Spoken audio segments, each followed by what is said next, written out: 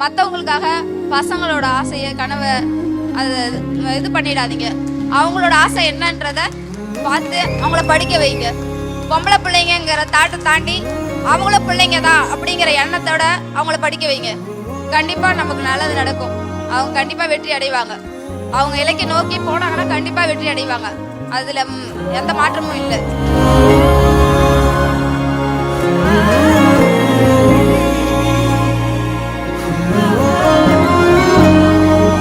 Government வேலை நம்மளுக்கு கிடைக்காது அப்படின்னு என் கண்ணு படவே சொல்லியிருக்காங்க, ரிலேட்டிவ் சொல்லியிருக்காங்க. எங்கேயுமே ஃபங்க்ஷன் கூட அட்டென்ட் பண்ண மாட்டேன்.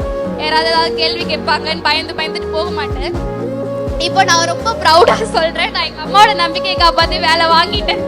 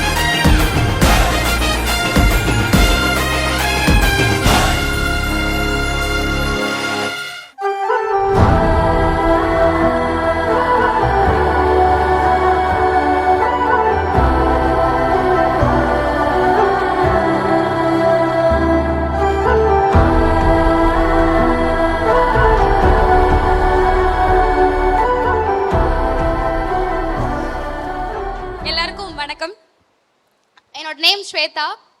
என்னோட ஊர் வந்து சிதம்பரத்துக்கு பக்கத்தில் கடவாச்சேரின்னு ஒரு கிராமம். எங்கள் ஊரில் வந்துட்டு கிராமம்னாலே பொம்பளை பிள்ளைங்க படிக்கிறது எவ்வளோ கஷ்டமாக இருக்கும்னு கிராமத்துலேருந்து வரவங்களுக்கு தெரியும். நான் ஸ்கூல் காலேஜ் படிக்கிற வரைக்குமே எனக்கு பெருசாக ப்ரெஷர் கிடையாது. நானாக எங்கள் அம்மா என்னை படிக்கணும்னு சொல்லவும் மாட்டாங்க, நானாக படிச்சிருவேன். காலேஜ் முடிச்சதுக்கப்புறம் ஒர்க் போகணுன்னு இருந்துச்சு. நான் காலேஜ் படிக்கும் போதே சிங்கிள் டிகிரி தான் படிக்கணும், எடுத்தால் கவர்மெண்ட் ஒர்க் தான் போகணும் அப்படின்னு டிசைட் பண்ணேன். காலேஜ் முடிச்சுட்டு பேங்கிங்கா டிஎன்பிசியான்னு ஒரு கன்ஃபியூஷன் இருந்துச்சு. அப்போ வந்துட்டு ரொம்ப குழப்பத்தில் இருந்து தான் நான் பேங்கிங்ஸ் சூஸ் பண்ணும்போது நான் என் தங்கச்சிட்ட ரொம்ப கேட்டேன். அவள் தான் உனக்கு எது வரும் அப்படின்னு உனக்கு தான் தெரியும், நீ டிசைட் பண்ணுன்னு சொன்னா. அவளுமே நான் பேங்கிங் சூஸ் பண்ணுறதுல ஒரு ரீசன், அம்மா வந்து எது வேணாலும் படிச்சுக்கோ அப்படின்னு சொல்லிடுவாங்க, இதை படின்னு அவங்க என்ன சொன்னதே கிடையாது. அவங்களுக்கு ரொம்ப ரொம்ப தேங்க்ஸ். அதுக்கப்புறம் கடவுள் இருக்காங்களா இல்லையான்னு தெரியல, ஆனால் நான் எப்பயுமே ரொம்ப கடவுள் பக்தியோடு இருப்பேன். எப்பயுமே சிவபெருமானை வேண்டிக்கிட்டு தான் இருப்பேன்.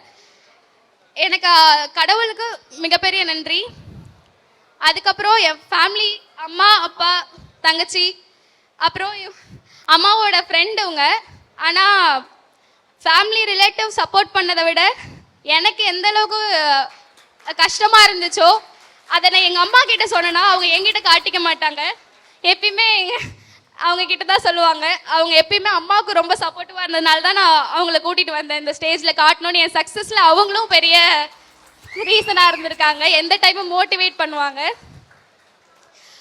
அதே மாதிரி இந்த ஸ்டேஜ் வந்து எனக்கு அவ்வளோ ஈஸியாக கிடைக்கலன்னு தான் நான் சொல்லுவேன். எவ்வளோ ஃபெயிலியர்ஸ் பார்த்துருக்கேன். கொஞ்சம் மார்க்கில் பாயிண்டில் அப்படிலாம் போகும்போது ரொம்ப உடஞ்சி போயிருக்கேன். அந்த டைம்லலாம் வந்து எனக்கு வந்து சப்போர்ட்டிவாக இருந்தது என் ஃப்ரெண்ட்ஸ் தான். எனக்கு ரேஸ் நான் வந்ததில் எனக்கு ரொம்ப பெரிய கிஃப்ட் என்னன்னா நான் நினைப்பேன்னா என்னோடய ஃப்ரெண்ட்ஸை தான் சொல்லுவேன். கிட்டத்தட்ட நான் இதை ப்ரௌடாகவும் சொல்லிக்கிறேன். இருக்கிற 13 கவர்மெண்ட் செக்டார் பேங்க் இருக்குது, அதில் 11 பேங்க்ஸில் என்னோடய ஃப்ரெண்ட்ஸ் இருக்காங்க அப்படின்றத நான் ப்ரௌடாக சொல்லிக்கிறேன்.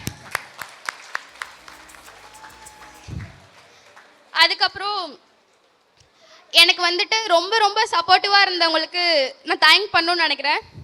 ஃபஸ்ட்டு ரேஸ்லேருந்து சொல்கிறேன். ரேஸில் வந்துட்டு ஸ்டாஃப் அப்படின்றத தாண்டி அண்ணா ஏற்கனவே சொன்ன மாதிரி எங்களுக்கு அக்கா அண்ணா அந்த மாதிரி தான் இருப்பாங்க. எனக்கு அட்மிஷன் போட்டது அறிவுமதி மேம் தான். அவங்க அன்னைக்கு எப்படி இருந்தாங்களோ இன்னைக்கு வரைக்குமே எங்களை அவ்வளோ ஃப்ரெண்ட்லியாக பார்த்துப்பாங்க.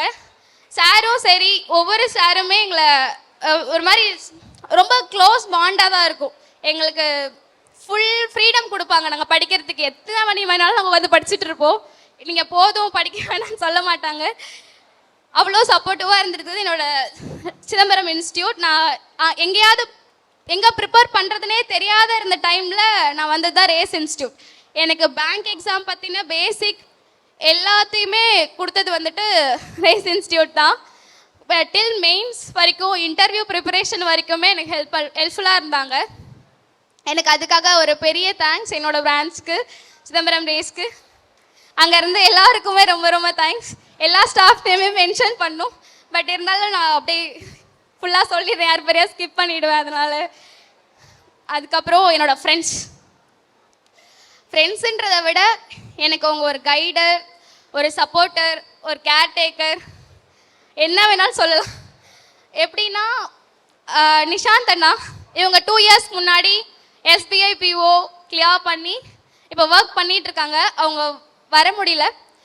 அது மாதிரி அகிலன் அண்ணா, ஸ்ரீராம் அண்ணா, ஆதி அண்ணா, கேதர் அண்ணா, சசி அண்ணா, அதுக்கப்புறம் நிரஞ்சன் அண்ணா, அதுக்கப்புறம் அது இல்லாமல் எனக்கு TNPSலையும் நிறைய ஃப்ரெண்ட்ஸ் இருக்காங்க. ஜெயசூர்யா, அப்புறம் ஹரிவண்ணா, முரளி அண்ணா, அவங்க எல்லாருக்கும் ரொம்ப தேங்க்ஸ். இது இல்லாமல் எனக்கு அண்ணா சப்போர்ட் இருந்துச்சு, அதை விட எனக்கு அக்காங்க சப்போர்ட் நிறையவே இருந்துச்சு. சிவாக்கா, அக்ஷயாக்கா, பிரபாக்கா, இவங்க எல்லாருக்கும் இந்த ஸ்டேஜில் தேங்க் பண்ணுன்றதுக்காக தான் மெயினாக வந்தது. எனக்கு இந்த ஸ்டேஜ் இவ்வளோ பேருக்கும் அவங்க பண்ண எனக்கு ஹெல்ப்பு, சின்ன சின்ன விஷயங்களால தான் நான் என்னோட சக்ஸஸ் இங்கே வந்திருக்கேன். ஸோ அவங்க எல்லாருக்கும் ரொம்ப தேங்க்ஸ். அது இல்லாமல் நெக்ஸ்ட் இயருமே என் ஃப்ரெண்ட்ஸ் இங்கே வருவாங்கன்னு வருவாங்க கண்டிப்பாக. அதையும் நான் பார்ப்பேன். இப்போது எல்லாருமே ஃபேமிலி சப்போர்ட் இதெல்லாம் சொல்லிட்டேன். எனக்கு இன்னொரு சைடு எப்படின்னா, ஏன் இன்னும் பொம்பளை பிள்ளை படிக்க வைக்கிற, ஏன் இன்னும் வேலைக்கு போக அனுப்பலை, ஏன் நான் படித்தது government college, government school. So அதனால் அது என்ன கவர்மெண்ட் வேலை வாங்கிட்ட போகுது, அதெல்லாம் பெரிய விஷயம், கவர்மெண்ட் வேலை நம்மளுக்கு கிடைக்காது அப்படின்னு என் கண்ணு படவே சொல்லியிருக்காங்க. ரிலேட்டிவ் சொல்லியிருக்காங்க. எங்கேயுமே ஃபங்க்ஷன் கூட அட்டன் பண்ண மாட்டேன். யாராவது ஏதாவது கேள்வி கேட்பாங்கன்னு பயந்துட்டு போக மாட்டேன். இப்போ நான் ரொம்ப ப்ரௌடாக சொல்கிறேன், நான் எங்கள் அம்மாவோட நம்பிக்கையை காப்பாற்றி வேலை வாங்கிட்டேன். அப்போது அவங்க கேட்கும் போதெல்லாம் நான் படிக்கிறேன்னு சொல்லிட்டு அவாய்ட் பண்ணுவேன். மோஸ்ட்டாக ஃபேமிலிகிட்ட போய் பேச மாட்டேன். வேலை வாங்கிடுவியான்னு கேட்டாங்க, வாங்கிட்டேன். அதுவே எனக்கு ரொம்ப ரொம்ப சந்தோஷமாக இருக்குது. இது இல்லாமல் என்னோட சக்ஸஸை நான் வந்துட்டு உன்னால் முடியுமா, கிளியர் பண்ணிடுவியா அப்படின்னு எனக்கு கூட செல்ஃப் டவுட் வந்திருக்கு. அந்த டைமில் என்னை முழுசாக நம்பின பர்சனுக்காக அதை நான் டெடிகேட் பண்ணுறேன். தேங்க்யூ. எனக்கு ரொம்ப சந்தோஷமாக இருக்குது. அக்கா எக்ஸாம் கிளியர் பண்ணுவாங்களான்னு நிறைய அவங்களுக்கே டவுட் வந்தப்போ நீ உன்னால் முடியும் அப்படின்னு நானும் சப்போர்ட் பண்ணேன். என்னால் முடிஞ்ச வர நிறைய ஸ்ட்ரகிள்ஸ் பட்டாங்க. நிறைய அப்ஸ்ட்ரகிள்ஸ்லாம் தாண்டி எவ்வளவோ அவங்களுக்குள்ள டிமோட்டிவேட் ஆனாலும் உன்னால் முடியும் அப்படின்னு சொல்லி நான் சொன்னதை விட நீ பண்ண மாட்ட அப்படின்னு சொல்லி நான் அவங்கள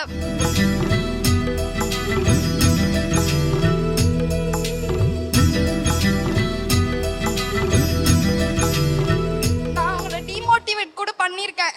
இருந்தாலும் இப்போது கிளியர் பண்ணிட்டாங்க. எனக்கு ரொம்ப சந்தோஷமாக இருக்குது.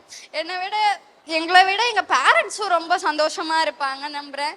அம்மாவும் அக்காவை விட அம்மா ரொம்ப கஷ்டப்பட்டாங்க, எப்போ கிளியர் பண்ணுவாங்க அப்படின்ற மாதிரி. அப்பாவுக்கு கால் கொஞ்சம் முடியாது, அப்பா ஒர்க் பண்ண முடியாத சுச்சுவேஷன் தான். ஆனால் இந்த சுச்சுவேஷனில் எங்கள் அம்மா நினச்சிருந்தா என்னை வேலைக்கு அனுப்பியிருக்கலாம், எந்த வேலைக்கு வேணாலும் போன்னு சொல்லியிருக்கலாம். ஆனால் ஒரு நாள் கூட கடன் வாங்கி கூட எனக்கு ஃபீஸ் கட்டியிருக்காங்களே ஒழிய என்னை வேலைக்கு போன்னு சொன்னதே கிடையாது. அதே மாதிரி எங்கள் அம்மா இந்த வேலைக்கு தான் போயிருக்காங்கன்னு கிடையாது.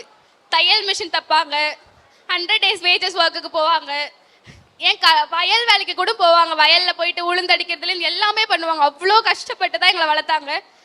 அவங்களோட கஷ்டத்துக்குலாம் இதுக்கப்புறம் நான் அவங்கள பத்திரமா பார்த்துப்பேன்னு இங்கே சொல்கிறேன்.